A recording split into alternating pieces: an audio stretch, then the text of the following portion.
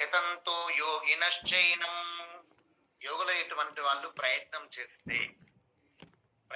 చేసి పశ్యంత్యాత్మన్యవస్థితం, ఆత్మను దర్శించగలుగుతున్నారు, చూడగలుగుతున్నారు. దేన్ని చూడగలుగుతున్నారు?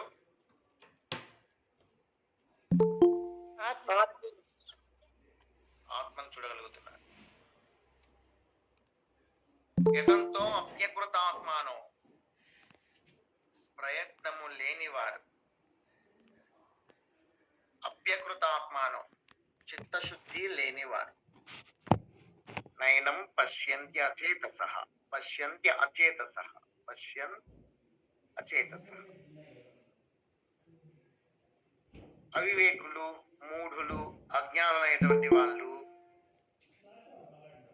ప్రయత్నం లేక, చిత్తశుద్ధి లేక ఆత్మను దర్శించలేకపోతున్నారు అని భగవంతుడు సూటిగా చెప్తున్నాడు ఇక్కడ.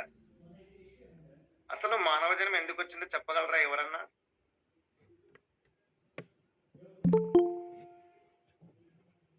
ఎవరితో వచ్చింది వాళ్ళు చెప్పండి. మీరు ఏమనుకుంటున్నారు? మానవ జన్మ ఎందుకు వచ్చింది? ఇతర ఏ ప్రాణి కోటికి పాప పుణ్యాల బెడద లేదు. ఆ పాయింట్ రాసు. గిరిజమ్మ కూడా చెప్తాంది ఓకే అని ముద్ర వేసేసింది. రాసుకో.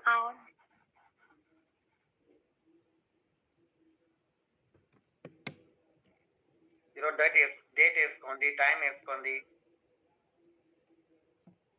తిథి రాసుకోండి. అందరికి క్రోధినామ సంవత్సర శుభాకాంక్షలు అడ్వాన్స్. ఒక్క మానవ జన్మకు తప్పితే మొత్తం ఎన్ని జీవరాశులు ఉన్నాయి భూమి మీద? మొత్తం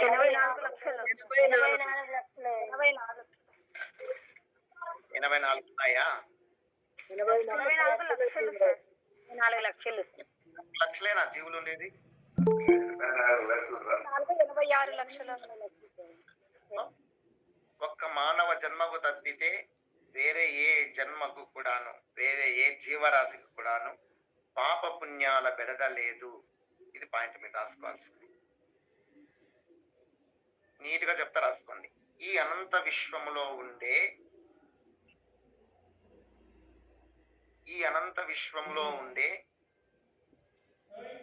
84 లక్షల రకాల జీవరాశులలో 84 లక్షల రకాల జీవరాశులలో కేవలము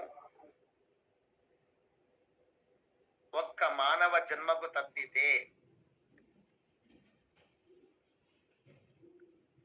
ఒక్క మానవ జన్మకు తప్పితే వేరే ఏ జీవరాశికి,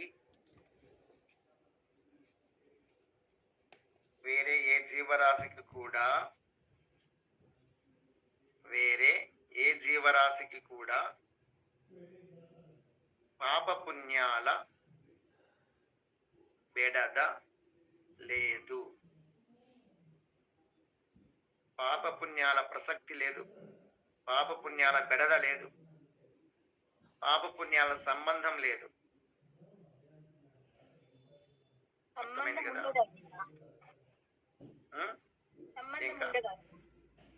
ఇప్పుడు ఒక ప్రాణిని ఇంకొక ప్రాణి చంపితే అది పాపమే కదంతా, అది సంబంధం కాదా? వాడికి అదే చెప్తున్నా కదా, వేరే జీవరాశులకు లేదు. ఆ పాప పుణ్యాల గురించి సంబంధం లేదు వాళ్ళకి. వాటికి ఎందుకు అంటే విచక్షణ జ్ఞానం లేదు వాటికి.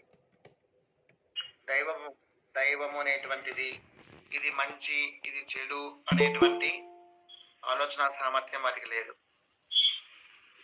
మనకి ఇవ్వలేదు దేవుడే.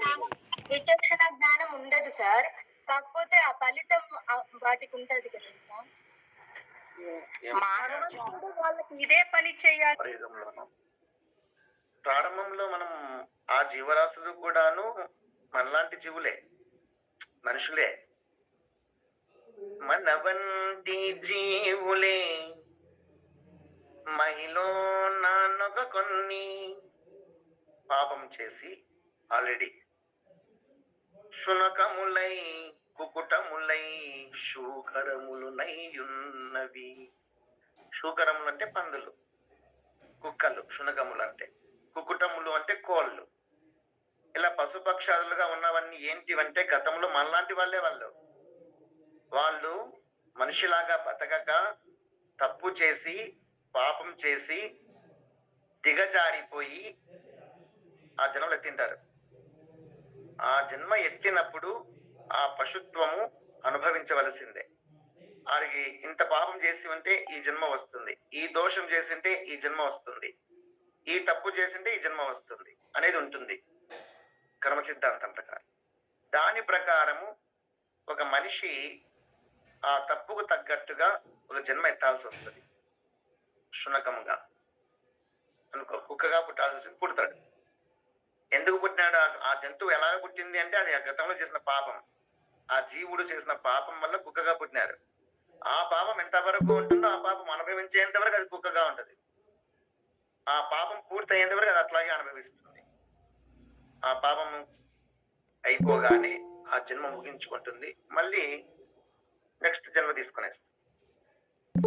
అంతే తప్ప ఇతర జీవరాశులు అనేటివి ప్రత్యేకంగా పాప పుణ్యాలకు లోన్ కావు.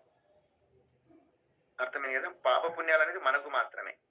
ఈ పాప పుణ్యాలు అనేటివి ఉండబట్టి మనుషులము మంచి చెడులు చేసుకోవాలనేటువంటి ఇంగిత జ్ఞానంతో మంచి చేసుకుంటే పుణ్యం వస్తుంది, పుణ్యం చేసుకుంటే పుణ్యలోకాలకు వెళ్తాము. తప్పు చేస్తే పాపం వస్తుంది, పాపం వల్ల పాప ఫలితం అధికంగా ఉంటే పతనమై ఇతర జన్మాల పాలవుతాం, నీచ జన్మాల పాలవుతాం, పశుపక్షాది క్రిమికీటగాదుల్లో జన్మించాల్సి వస్తుంది అని భగవద్గీత మనకు సూచిస్తుంది.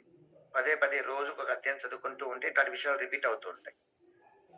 కాబట్టి ఒక ప్రాణి ఇతర ప్రాణులు ఏమైనా పుట్టినాయి అంటే గత జన్మల్లో అవి చేసుకున్నటువంటి దోష ప్రభావము చేత ఆ పాప పరిహారం కోసం ఆ జన్మగా ఎత్తుతాయి.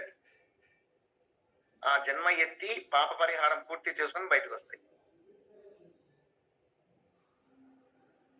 అవి అప్గ్రేడ్ కావడమే. అది అనుభవిస్తే చాలా అది అప్గ్రేడ్ అయినట్లే. అనుభవించకపోతే అది ఇంకా ఏనాడో ఒకనాడు పూర్తి చేసుకోవాలా మనం.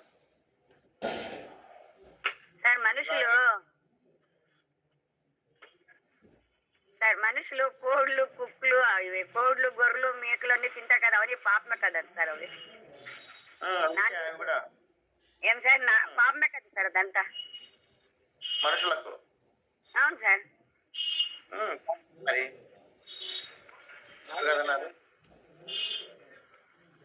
పుణ్యం వస్తుంది అర్థం. మనం కూడా తినకుండా అంటే ఆ విధంగా వారికి ప్రాధాన్యత ఉన్నాయి కొన్ని ప్రాణులకు. తెలిసిన వాళ్ళందరూ కూడాను ఏ ప్రాణిని బాధ పెట్టరు. ఎందుకంటే గత జన్మలో వాళ్ళు కూడా మనలాంటి మనుషులే. ఏదో తప్పు చేసావో, పాపం చేసో, పొరపాటు చేసో, ఏదో జరిగింది, అందుకు ఈ విధంగా పుట్టినారు. కాబట్టి ఎవరిని నిర్లక్ష్యం చేయకూడదు, ఎవరిని ఏ ప్రాణిని మనము అపార్థం చేసుకోకూడదు, ఏ ప్రాణిని మనము హింసించకూడదు, గౌరవించాలి అని భగవంతుడు కూడా అద్వేష్ట సర్వభూతానాం మైత్రః కరుణ ఏవచ అనేసి 12వ అధ్యాయంలో 13వ శ్లోకంలో కూడా చెప్తాడు భగవంతుడు. ఏ ప్రాణిని ద్వేషించవద్దు. నిజంగా జ్ఞాని ఇట్లా ఆలోచన చేసినప్పుడు ఇది తెలిస్తే ఏం చేస్తాము? ఒక కుక్క కావచ్చు, ఒక పంది కావచ్చు, పిల్లి కావచ్చు, మనకు హాని కలిగించేటువంటి సర్పాలే కావచ్చు, తేళ్లు, వృచ్చికములు, తేళ్లు కావచ్చు, జరులు కావచ్చు. అయ్యో అవి కూడా మనలాంటి ప్రాణులే కదా, ఒకప్పుడు మనలాంటి మనుషులే, తప్పు చేస్తున్నారు, ఎందుకు పొరపాటు జరిగిపోయింది, ఏదో దోషం జరిగింది, ఇట్లా పుట్టినాయి అని చెప్పేసి హింసకున్నా గాని కాక చంపుతా పోతే తప్పే. ఎక్కడో పాము పోతుంటే నువ్వు చూసినావు, అయ్యాడ పాము పోతుందని చెప్పి నలుగురు పిలుచుకొని పోయి చంపేస్తే మీదికి వచ్చిందా, ఎగిరి కొడుతుందా, చంపుతుందా మనల్ని ఏమన్నా? దానికి వస్తే అది పోతా ఉంటుంది. మనం చంపే ప్రయత్నం చేస్తే తప్పు కదా, పాపం కదా. తేళ్లు ఉంటాయి, ఏడో కనబడతాయి, దూరంగా నీకు ఇబ్బందిగా ఉంది, దూరంగా తీసుకొని పడేసిరా. కానీ దాన్ని కూడా చంపే పని చేయాల్సిన అవసరం లేదు, వాటికి అవే చంపుకుంటాయి. అవి నిండు మనసు అయిందనుకోండి, గర్భం ధరించిందంటే తేళ్లు, ఆడ తేళ్లు శుభ్రంగా వెంటనే చచ్చిపోతాయి. పిల్లలు 10 వస్తాయి, 100 వస్తాయి దాని నుంచి. నేను చచ్చిపోయేది ఒకటే, నా నుంచి 100 మంది వస్తారంట తేళ్ళు. అది తలలు పొగలు కొట్టుకుని తల్లి పొట్టను పగలు కొట్టుకుని ఇవన్నీ బయటకు వస్తాయి. అంటే తల్లి తేలు చచ్చిపోతుంది, పిల్ల తేళ్ళన్నీ పుట్టుకొస్తాయి బయటికి. వాడిని చంపడానికి కోళ్ళు ఉన్నాయి, గద్దలు ఉన్నాయి, కాకులు ఉన్నాయి, పిల్లులు ఉన్నాయి. కాబట్టి వాటిని పిరమిడ్ తెలుసు కదా మీకు, జీవ వైవిధ్య పిరమిడ్ ఉంది. ఒక ప్రాణికి ఒక ప్రాణికి ఆహారం అవుతుంది. అది ఏర్పాటు చేసినాడు, బ్యాలెన్స్ చేస్తాడు ఆయన. దాంట్లో మనం దూరి వారిని చంపే పని చేయాల్సిన అవసరం లేదు. కానీ మరి మనకి ఇబ్బంది కలిగించే విధంగా ఉన్నాయి అనిపిస్తే మాత్రము మన జీవనానికి ఇబ్బంది కలిగిస్తుంది. సరే, అటువంటి సందర్భం కనపడినప్పుడు చంపేయాల్సిందే, వెళ్ళిపోతాయి అనేది దృష్టిలో ఉండాలి. ఈ పాయింట్ కూడా రాసుకోండి. మనుషులుగా ఉన్నప్పుడు చేసినటువంటి పాపాలకు ఫలితంగా ఇతర జీవరాశులుగా జన్మిస్తాము. ఆ కర్మ పూర్తి అయ్యేంత వరకు ఆ జన్మలో ఉంటాము. తర్వాత మళ్ళీ ఆ జన్మ పూర్తి చేసుకొని మనుషులుగానే జన్మించవచ్చు. లేదా ఇంకా పాపం ఏదైనా ఉంటే ఇంకొక జన్మ ఎత్తవచ్చు వేరే ప్రాణిగా. మరణించేటప్పుడు కూడాను కొన్ని ప్రాణులను మనం ఇష్టంగా చూసుకుంటా ఉన్నామనుకోండి, మరణించేటప్పుడు వాటిని స్మరిస్తూ మరణించిన ఆ జన్మ ఎత్తాల్సి వస్తుంది, ఆ ప్రాణి జన్మ. అలాగే జన్మనిచ్చేటప్పుడు కూడాను తల్లి గర్భంలో బిడ్డ ప్రవేశించగానే, నెల నిండుతూ ఉండగానే ప్రెగ్నెన్సీ పాజిటివ్ వచ్చిన తర్వాత ఇంట్లో తన గదుల్లో ఎప్పుడు రాముందో, కృష్ణుందో, శివుందో, లక్ష్మీదేవిదో, సరస్వతి మాతదో, పార్వతీ మాతదో ఇలా అందమైనటువంటి దేవతల రూపాలు పెట్టుకుని చూస్తున్నారా, గమనిస్తూ ఉన్నారా, దర్శిస్తూ ఉన్నారా? అందమైన పిల్లలు పుడతారు, ముద్దుగా ఉంటారు, బొద్దుగా ఉంటారు, ముద్దులు ఒలికిస్తూ ఉంటారు. ఒక ఆయన ఎవరో నీగ్రో జాతి చెందినటువంటి ఒక వ్యక్తి యొక్క ఫోటో వాళ్ళ ఇంట్లో ఉంటే దాన్ని చూసుకుంటా ఉంది బెడ్రూమ్ లో. వాళ్ళిద్దరు తెల్లగా ఉంటారు, భార్యాభర్తలు. ఆ నీగ్రో జాతి ఫోటో ఎవరిని తెచ్చిపెట్టుకున్నారు ఏమో తెలియదు, కానీ తెచ్చిపెట్టుకొని దాన్ని చూస్తా ఉన్నది అమ్మ. పుట్టినోడు నల్లగా పుట్టినాడు. నీగ్రో నీవేమంటారు? ప్రజల వద్దకు పోయి శిష్యులకు జ్ఞానబోధ చేస్తున్నారా? ఓదారుస్తూ ఉన్నారా? ఎవరు ఓదార్చాలా? ఇప్పుడంటే ఆశ్రమాలు ఉన్నాయా? స్వామీజీలు ఉన్నారా? సన్యాసం తీసుకునే వాళ్ళు ఉన్నారా? భక్తి మార్గంలో నడిపించే వాళ్ళు ఎవరున్నారు? ఎక్కడున్నారు చెప్పండి? ఎక్కడో ఒకరు ఉంటారు ఆడ, అందలేనంత దూరంలో. వాళ్ళు రారు, వీళ్ళు పోరు. అందుకే మీలాంటి మాతాజీలు, మీలాంటి పుణ్యాత్ములు, మీలాంటి బుద్ధిమంతులు, మీలాంటి సంస్కారవంతులు, మీలాంటి జ్ఞానవంతులు, పరిపక్వత కలిగినటువంటి మీలాంటి వాళ్ళు, ఈ విధంగా భక్తి మార్గంలో ఉన్నటువంటి మీలాంటి వాళ్ళే మీ చుట్టుపక్కల ఒక 10 మందికి ఇలాంటి విషయాలు చెబితే ఆ 10 మంది తెలుసుకుని ఇంకొక 10 మందికి చెప్పుకుంటారు. గొప్పగా పరాయి మతాలకు ఎగబడుతున్నారు జనాలందరూ. అలా ఎగబడుతూ పరాయి మతాలకు వెళ్ళిపోతుంటే పల్లికిలు ఇస్తూ చూస్తారా అంటాడు. ఏమండి పండితులారా అని. మన వాళ్ళు ఎవరు పట్టించుకోకపోవడం వల్ల మన జనాలందరూ కూడాను పరాయి మతాలకు ఎగబడిపోతున్నారు. ఆ పాపం ఎవరిది? మనలాంటిదే, మనదే. మన సమాజంలో ఉండేటువంటి వాళ్ళు, మన కుటుంబాల్లో ఉన్నటువంటి వాళ్ళే, మన దేశంలో ఉండేటువంటి వాళ్ళే, మన హిందూ ధర్మంలో ఉండేటువంటి వాళ్ళే. మన హైందవ కుటుంబం ఒక వసుదైక కుటుంబం. శివుడు ఉన్నాడు, పార్వతి మాత ఉంది, సరస్వతి మాత ఉంది, లక్ష్మీదేవతలు ఉన్నారు, విఘ్నేశ్వర స్వామి ఉన్నాడు. నువ్వు సరే ప్రార్థన చేసే విధానం తెలుసుకోరా బాబు, రా నేను చూపిస్తా అని ధైర్యంగా చెప్పి వాళ్లకు ధైర్యం బోధించి ఆపద ఏముందో చెప్పు, నేను సహకారం అందిస్తాను అని చెప్పి భుజం తట్టి నిలబడగలిగేటటువంటి పుణ్యాత్ములు కరువైనారు.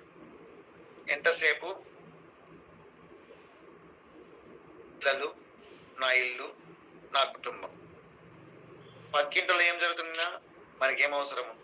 అనవసరంగా తల దూర్చి చెడిపోవడం కంటే ఊరుకునేది మేల.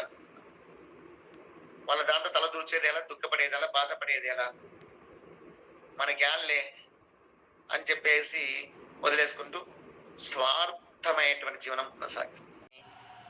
తట్టుకోవాలనిపిస్తుంది. ఆ కృష్ణుడు తన పెదాల చేత మృదువుగా అలా ముద్దిస్తాడేమో అని ఆశపడుతూ ఉంటాము. నడుమును పట్టుకొని ఆడుకోవాలనిపిస్తుంది. చెయ్యి పట్టి ఆడించాలనిపిస్తుంది. చేతిలో చెయ్యేసి నడవాలనిపిస్తుంది. కానీ మాకంత అదృష్టం కలగడం లేదని బాధగా ఉంది. నువ్వు ఎంత అదృష్టం చేసుకున్నావు, అంత అందమైన, సుందరమైన, మృదువైన, మెత్తని ఆ పెదాలను తాకుతున్నావు కదా. ఇష్టంగా కృష్ణుడే దగ్గర తీసుకుని ముద్దులాడుతాడు కదా. పెదాల దగ్గర పెట్టుకొని, ఓ మురళి మేమేం చేయాలి, ఆ విధంగా మమ్మల్ని కూడా స్వీకరించాలంటే కృష్ణుడు అని గోపికలు అడిగినారట. అడిగితే పకపకా నవ్విందంట మురళి.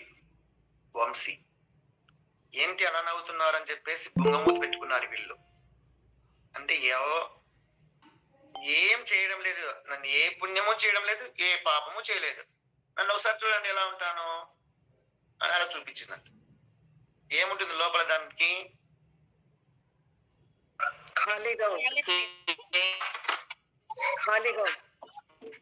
వంశీ ఏముంటుంది? ఖాళీ, వంగు, శూన్యం ఉంటుంది. చూశారు గోపికలు. నాలో ఏముంది చూడండి అని చూస్తే ఏమి లేదు, ఖాళీగా ఉంది అన్నారు. ఆ విధంగా మీరు కూడాను పాపము గాని పుణ్యము గాని లేకుండా శూన్యమైతే, ఖాళీగా మీ హృదయాలు పెట్టుకుంటే ఆయన వచ్చి కూర్చుంటాడక్క అన్నారు. ఆయన మిమ్మల్ని తీసుకునేస్తాడు. ఆ విధంగా వంశీ చెప్పినటువంటి, మురళి చెప్పినటువంటి సులభమైనటువంటి భగవంతుని దగ్గరికి చేర్చుకునేటువంటి మార్గం ఏమిటంటే, ఈశ్వరార్పణ బుద్ధితోడ విహిత కర్మలు చేయరా. ఈశ్వరార్పణ బుద్ధితోడ విహిత కర్మలు చేయరా. ఈశ్వరానుగ్రహముతోడ ఎట్టి బంధము లేదురా. ఈశ్వరానుగ్రహముతోడ ఎట్టి బంధము లేదురా. ఈశ్వరార్పణ బుద్ధితోడ విహిత కర్మలు చేయరా. ఈశ్వరానుగ్రహముతోడ ఎట్టి బంధము లేదురా. ఈశ్వరానుగ్రహం కలగాలి అంటే ఈశ్వరార్పణ బుద్ధితో, పరమాత్ముని యొక్క అర్పణ బుద్ధి. మనం ఏం పని చేస్తున్నా శివార్పణం లేదా కృష్ణార్పణం లేదా రామార్పణం. మీకు ఏ దేవుడు ఇష్టమైతే ఆ దేవునికి అర్పణ చేసుకోండి. అలా అర్పణ చేస్తే అది పుణ్యమో పాపమో అన్ని కృష్ణునికి వెళ్ళిపోతాయి. కృష్ణార్పణం అనేసి. అయితే విహిత కర్మలే చేయరా అంటున్నాడు ఇక్కడ. మనం చేయాల్సిందేమో మంచి పనులే. శాస్త్రాన్ని దగ్గర పెట్టుకొని, ఒళ్ళు దగ్గర పెట్టుకొని, బుద్ధి జ్ఞానాన్ని కలిగి, గురువు చెప్పిన మాటలలో జ్ఞాపకం పెట్టుకొని, నిధిధ్యాసలో పెట్టుకొని, మనం మీకు చెప్పాను శ్రవణము, మననము, విచారణం చెప్పి నిధిధ్యాస గురించి వర్ణించలేదు. మొన్నటి వారం ప్రయత్నం చేస్తూ సమయం దొరికినప్పుడల్లా మననం చేసుకోవాలా. పడుకునే ముందో లేదా మనం పడుకోకపోయినా కానీ గుర్తుకొస్తుంటాయి. వంట చేస్తుంటారు, కసులు ఉడుస్తుంటారు, బట్టలు ఉతుకుతుంటారు, బన్నలు తుడుస్తూ ఉంటారు, పాత్రలు తొమ్ముతుంటారు. మనసు ఎక్కడో ఉంటది కదా, పోతుంది కదా, అది నిలబడడంలే కదా. అదే గురువు చెప్పిన మాటల మీదనే దృష్టి పెట్టావనుకో అవే గుర్తుకొస్తాయి. ఎలా చెప్పినాడు కదా, ఇలా చెప్పినాడు కదా, ఇలా వ్యవహరించాలి కదా. ఈ పాత్రలు తోమేటప్పుడు కూడా ఓం నమ శివాయ, ఓం నమ శివాయ, ఓం నమ శివాయ అని తోమాలి అన్నాడు కదా. కసులు వచ్చేటప్పుడు కూడాను ఓం నమ శివాయ, ఓం నమ శివాయ, ఓం నమ శివాయ, ఓం నమ శివాయ అని కసులు వచ్చాలన్నాడు కదా. బండలు తుడిచేటప్పుడు కూడాను ఓం నమ శివాయ, ఓం నమ శివాయ, ఓం నమ శివాయ అంటూ బండలు తుడిచాలన్నారు కదా గురువు గారు. అలాగే బట్టలు ఉతికేటప్పుడు కూడా ఓం నమ శివాయ, ఓం నమ శివాయ, ఓం నమ శివాయ అని బట్టలు పిండమన్నాడు కదా. అలా స్నానం చేసేటప్పుడు కూడాను ఓం నమ శివాయ, ఓం నమ శివాయ, ఓం నమ శివాయ అని స్నానం చేయాలన్నారు కదా. అన్నం తినేటప్పుడు కూడా ప్రతి ముద్దకు ఓం నమ శివాయ, ఓం నమ శివాయ, ఓం నమ శివాయ తినాలన్నారు కదా. వంట చేసేటప్పుడు కూడా ఓం నమ శివాయ, ఓం నమ శివాయ, ఓం నమ శివాయ వంట చేయమన్నాడు కదా. అలా వంట చేస్తే ప్రసాదం అవుతుందంట. నీళ్ళు తాగేటప్పుడు కూడా ఓం నమ శివాయ నీళ్ళు తాగితే అది మంత్రజలం అవుతుందంట, తీర్థం అవుతుందంట. బండలు తుడిచేటప్పుడు ఓం నమ శివాయ అనుకుంటే బండలు తుడిస్తే ఆ ఇల్లు దేవాలయం అవుతుందంట. బట్టలు పిండేటప్పుడు కూడాను మనము భగవన్నామం జపం చేస్తుంటే ఆ వస్త్రాలు కూడాను పట్టు పీతాంబరాలుగా భగవంతుని ప్రసాదంగా మారతాయంట. స్నానం చేసేటప్పుడు కూడా ఓం నమ శివాయ అంటూ స్నానం చేస్తే ఏకంగా ఆ శివునికి అభిషేకం అవుతుందంట. గురువుగారు చెప్పినారు కదా. అలాగే కసులు ఊడ్చేటప్పుడు కూడాను ఓం నమ శివాయ ఓం నమ శివాయ ఓం నమ శివాయ ఊడిస్తే ఈ యొక్క ఇల్లు కూడాను పావనమైన దేవాలయం, పావన దేవాలయం అవుతుందంట కదా అని గుర్తు చేసుకుంటూ పోతున్నారనుకోండి, చేస్తా ఉన్నారనుకోండి, ఆటోమేటిక్ గా నీకు అలవాటైపోతుంది. అర్ధరాత్రి మెలకు వచ్చినా నీకు ఓం నమ శివాయ నోటికి వస్తుంది. అడుగు పెట్టినామంటే ఓం నమ శివాయ వస్తుంది. నడుస్తున్నప్పుడల్లా ప్రతి కుడికాలకు ఒకసారి ఓం నమ శివాయ, ఎడమకాలకు ఒకసారి ఓం నమ శివాయ, ఓం నమ శివాయ ఓం నమ శివాయ, ఓం నమ శివాయ ఓం నమ శివాయ, ఓం నమ శివాయ ఓం నమ శివాయ. ఇలా భగవన్నామాన్ని జపం చేసుకుంటూ మనము నడవాలి అని గురువారు చెప్పారు కదా అని శ్రవణము చేసినటువంటి మాటలను మననం చేసుకోవాలా. మననం అంటే ఏమిటి? గుర్తు చేసుకోవడం. మననం అంటే గుర్తు చేసుకోవడం. అలా మననం చేసుకున్నటువంటి విషయాల్ని విచారణ చేయాలా. అంటే ఎంతమటుకు ఇది నిజము అని. గురువు చెప్పిందంతా నమ్మడం కాదు గొప్ప, తప్పు చెప్పచ్చు కదా, సాధ్యం కానిది కూడా చెప్పచ్చు కదా. వీటి యొక్క సాధ్యాలు ఏంటి అని విచారణ చేయాలా. ఇంకా తన మిత్రులతోనో స్నేహితులతోనో లేదా సత్సంగ సభ్యులతోనో మనకంటే పెద్దవాళ్ళతోనో చర్చించాలా. ఏవో చెత్త విషయాలన్నీ చర్చిస్తుంటాం కదా పొద్దుపోక, వాటికంటే ఇది పుణ్యం కదా. అలా ఆత్మ విచారణ కూడా చేసుకోవాలా. ఇది నేను ఎంతవరకు చేయగలను, చేయాల్సిందే కదా, ఇది చేయాల్సిన పనే కదా, అయితే నేను చేయగలుగుతున్నానా, ఎంత సమయం వేస్ట్ చేస్తున్నాను, ఎక్కడ వేస్ట్ అవుతుంది, నేను ఎక్కడ ఉపయోగిస్తున్నాను నా సమయాన్ని, ఎక్కడ కేటాయిస్తున్నాను, నేను ఎందుకు ఇక్కడ నుంచి నేను బజారుకు పోవాలంటే కనీసము 300 మీటర్లు డిస్టెన్స్ ఉంటుంది. బజారుకు పోవాలంటే 300 మీటర్లు లేదా 500 మీటర్లు ఉంటుంది. నేను అడుగులు వేస్తే ఎన్ని అడుగులు వేస్తాను, ఇది విచారణ. తనలో తన ఆత్మ పరిశీలన చేసుకోమని చెప్తున్నా. 1 మీటర్కు మనం వేస్తే 3 అడుగులు వేస్తాం. 1 మీటర్ డిస్టెన్స్ కి 3 అడుగులు. ఒక స్టెప్ వేసి ఇంకో స్టెప్ పెట్టేటప్పటికల్లా 1 మీటర్ అవుతుంది. ఆ లెక్కన నేను లెక్కేస్తే 100 మీటర్లకి 300 అడుగులు వేస్తాను. 100 మీటర్ల డిస్టెన్స్ కి 300 అడుగులు వేస్తాను. అలాంటప్పుడు 1000 మీటర్లు అంటే 1 కిలోమీటర్కి నేను అడుగులు వేస్తాను, 3000 అడుగులు వేస్తాను. 1 కిలోమీటర్కి 3000 అడుగులకు నేను ఒక్కొక్క అడుగు ఒక్కొక్కసారి ఓం నమ శివాయ చెబుతా పోతే 1 కిలోమీటర్ నడిస్తే నేను ఎన్ని వేలు జపం జరుగుతుంది? 3000 జపం జరుగుతుంది. 1 కిలోమీటర్ నేను నడిస్తే ప్రొద్దున్నే వాకింగ్ అని పోతుంటారు కదా కొంతమంది వృద్ధులు.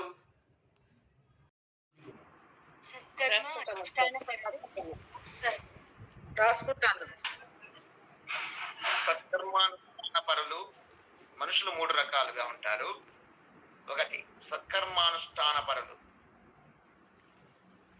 2 దుష్కర్మానుష్ఠాన పరులు, 3 మిశ్రమ కర్మానుష్ఠాన పరులు.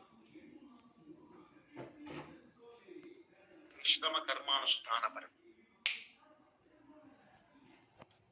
3 మళ్ళీ చెప్పండి.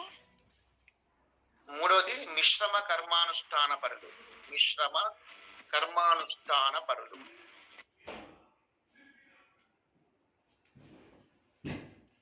ఓకేనా? సత్కర్మానుష్ఠాన పరులు మన నుంచి ఒక రోజుకు కొంతైనా మంచి జరగకపోతే విలవిల్లాడిపోతారంట. నీళ్లలో నుంచి చేప బయటికి పడేస్తే ఏ విధంగా కొట్టుమిట్టాడుతాదో బయట అన్నం గ్యాస్ వస్తుంది, అన్నం ఉడుకుతా ఉంది, కుక్కర్లో పెట్టినట్టున్నారు, రైస్ కుక్కర్లో. సత్కర్మానుష్ఠాన పరులు ఎలా ఉంటారంటే ప్రతిరోజు వాళ్ళ నుంచి ఏదో ఒక మంచి జరగాలి అని తాపత్రయపడుతూ ఉంటారు. రాసుకుంటూ ఉండండి ఒకవైపు. సత్కర్మానుష్ఠాన పరులు తప్పకుండా ప్రతిరోజు ఏదో ఒక మంచి పని చేసే తీరాలి. వీళ్ళు సాత్వికులుగా ఉంటారు.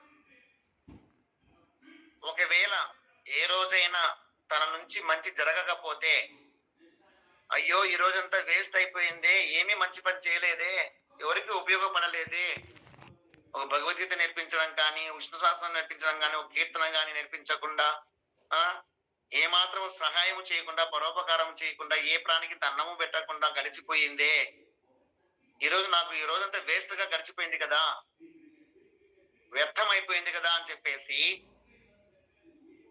నీటి నుంచి తీసిన చేప పిల్లలాగా తరగలాడిపోతారట, గిలగిలా కొట్టుకుంటారట. వాళ్ళు ఉత్తమ సత్కర్మానుష్ఠాన పరులు. గుర్తుపెట్టుకోండి. అంటే ఎప్పుడు సత్కర్మలే చేసుకుంటారు వాళ్ళుగా. వాళ్ళ నుంచి మంచి జరగకపోతే ఓర్చుకోలేరు, తట్టుకోలేరు, ఉండలేరు అసలు.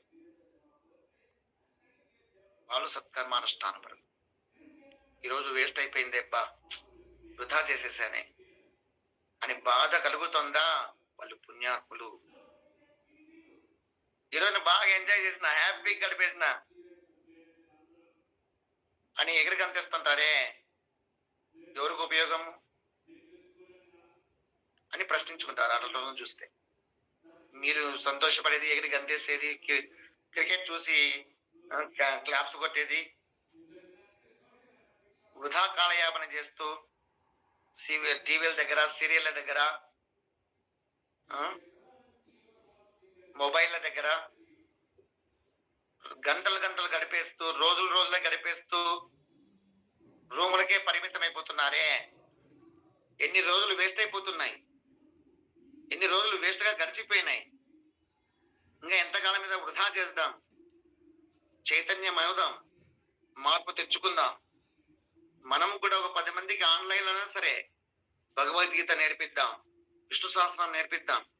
నా మిత్రులకు కానీలే, లేదా నా యొక్క తెలిసిన వాళ్ళ పిల్లలకు కానీలే, రోజు 1 గంట 2 గంటల సేపు అయినా నేను మంచి పని చేయకపోతే, పరోపకారం చేయకపోతే ఏంటి నా బతుకు అర్థం ఏంటి? ఎంత వేస్ట్ చేశాను నేను కాలాన్ని, వృధా అయిపోయింది కదా లైఫ్. ఇప్పుడన్నా తొందరగా నేను మేలుకొనకపోతే ఎట్లా? ఎంతసేపు నా భార్య, నా పిల్లలు, నా ఇల్లు అంతేనా? స్వార్థ జీవనం కాదా? ఇతర పశుపక్షాదులు అంతే కదా. నాకు భగవంతుడు ఇచ్చిన నేత్రాలతో, నాకు ఈ భగవంతుడు ఇచ్చిన నోటితో, నాకు ఆ భగవంతుడు ఇచ్చినటువంటి చేతులతో, నాకు ఆ భగవంతుడు ఇచ్చినటువంటి కాళ్ళతో, నాకు ఆ భగవంతుడు ఇచ్చినటువంటి తెలివితేటలతో, నాకు ఆ భగవంతుడు ఇచ్చినటువంటి ప్రతిభతో కనీసం ఒకరికన్నా నేను ఉపయోగపడకపోతే నా జీవితం ఏంటి? నిస్సారం కాదా? దీన్ని సారవంతం చేసుకునే పని లేదా? వ్యర్థంగా గడిపేదేనా? కాలక్షేపం చేయనీక వచ్చింది మానవ జన్మ అని ప్రశ్నించుకొని, తమకు తాము ప్రక్షాళన చేసుకొని,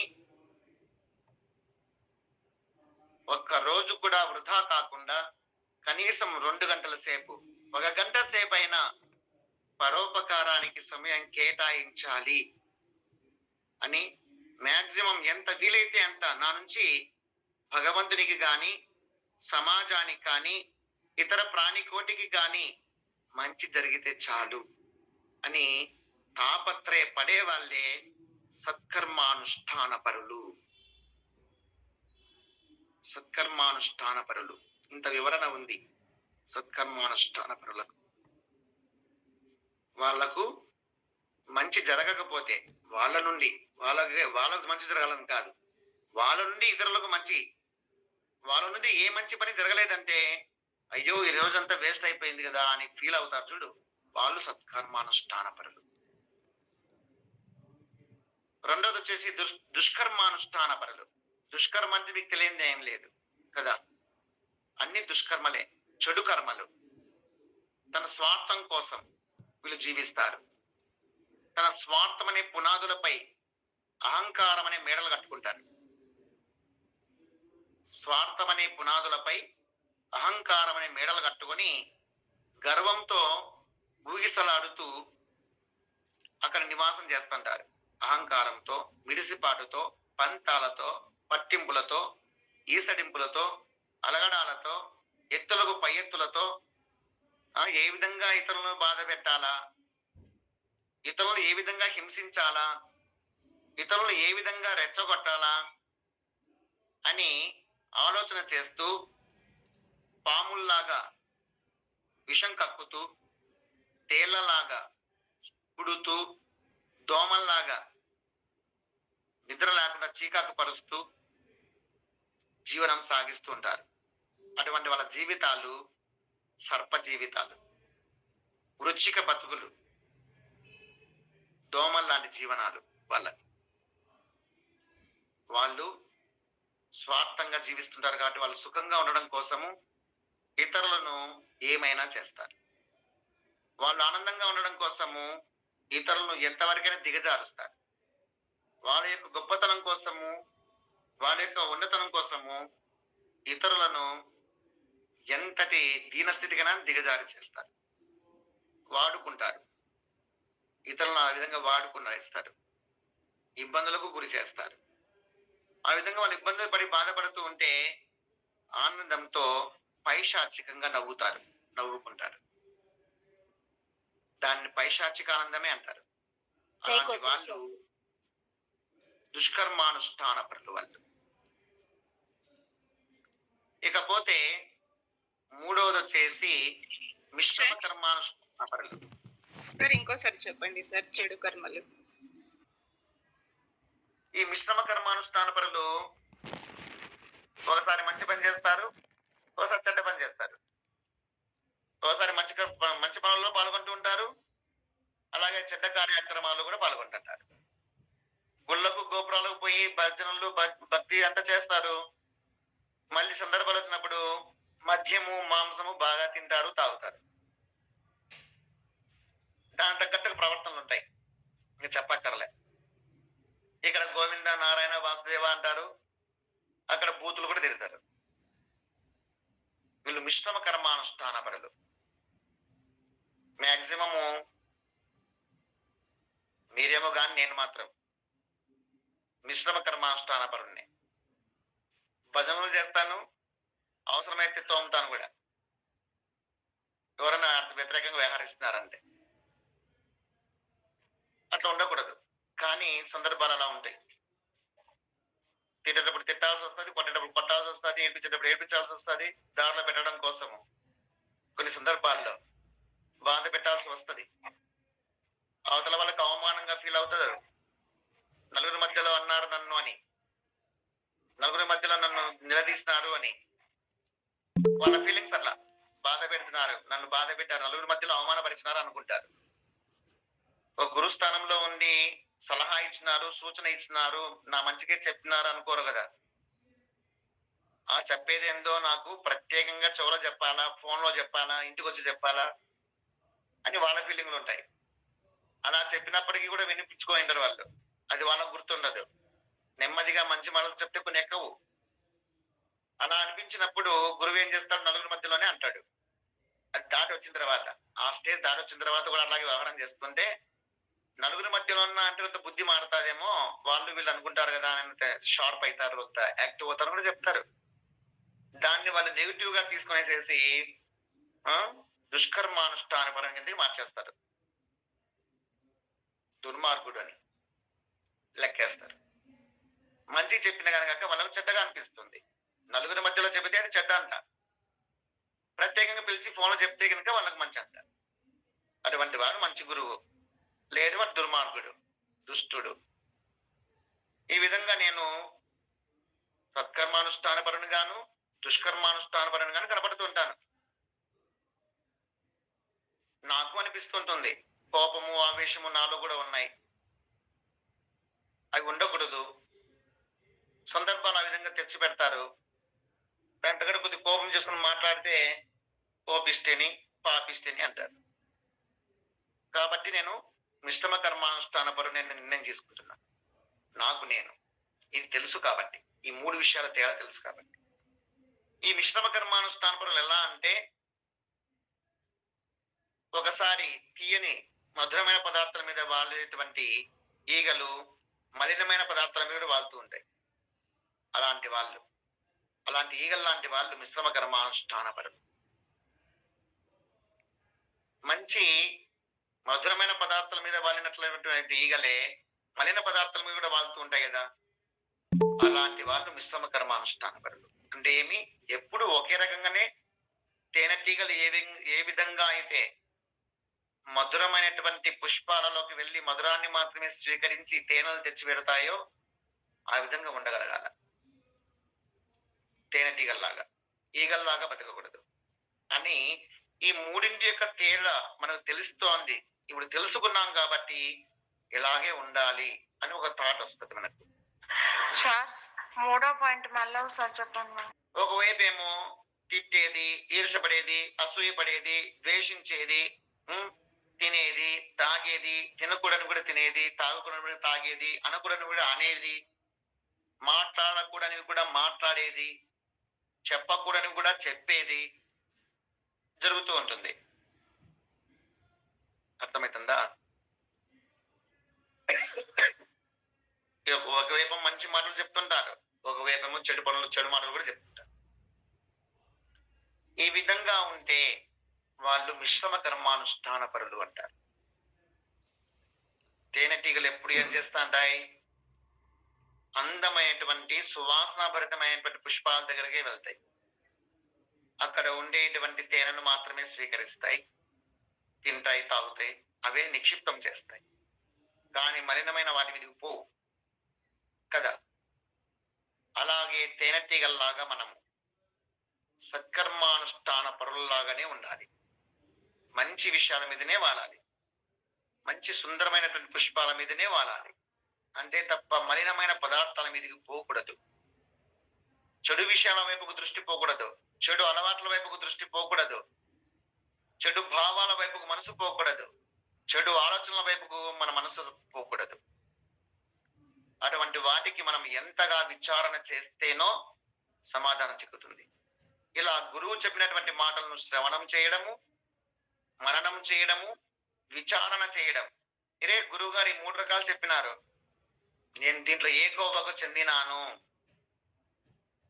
నేను ఏ కోవకు చెందుతున్నాను, సత్కర్మానుష్ఠాన పరున్న, దుష్కర్మానుష్ఠాన పరున్న, మిశ్రమ కర్మానుష్ఠాన పరున్న, నాలో ఈర్ష్యలు, అసూయలు, ద్వేషాలు, పగలు, ప్రతీకారాలు, పంతాలు, పట్టింపులు ఉన్నాయి అంటే నేను దుష్కర్మానుష్ఠాన పరున్నే. ఒకరు బాగుపడుతుంటే చూడలేకపోతున్నా, ఒకరు బాగుంటే చూడలేకపోతున్నా, ఒకరు బాగా తింటుంటే చూడలేకపోతున్నా, ఒకరు బాగా తాగుతుంటే చూడలేకపోతున్నా, ఒకరు బాగా బట్టలు వేసుకుంటే చూడలేకపోతున్నా, బాగా ఆభరణాలు వేసుకుంటే చూడలేకపోతున్నా, వాళ్ళు బాగా పాడుతున్నా చూడలేకపోతున్నా, వాళ్ళు బాగా భజన చేస్తున్నా చూడలేకపోతున్నా, వాళ్ళు సుఖంగా సంతోషంగా నవ్వుతున్నా చూడలేకపోతున్నా. నేను దుష్కర్మానుష్ఠానున్నే, దుష్కర్మానుష్ఠాన పరున్నే. అవి ఉన్నాయి అంటే నేను చేంజ్ కావాలా వద్దా? ఇటువంటిది ఎందుకు ఈర్షపడాలి, ఎందుకు ద్వేషించాలి, ఎందుకు బాధపడాలి? వాళ్ళకు భగవంతుడు ఇచ్చినాడు, వాళ్ళు ఆనందంగా ఉన్నారు. వాళ్ళ గురించి నేను ఎందుకు రాదు ఇట్లాగా చింత చేయాలి? కుటుంబ సభ్యులని దరిద్రాలన్నీ ఉన్నాయి, ఒకే కుటుంబంలోనే ఉంటారు. అత్త తిందంటే కోడలు ఓర్చలేదు, కోడలు తిందంటే అత్త ఓర్చలేదు. లేవై సన్నివేశాలు, సందర్భాలు ఇళ్లలో లేవా? అత్త తింటా అంటే చూడబుద్ధి కాదు కోడలికి,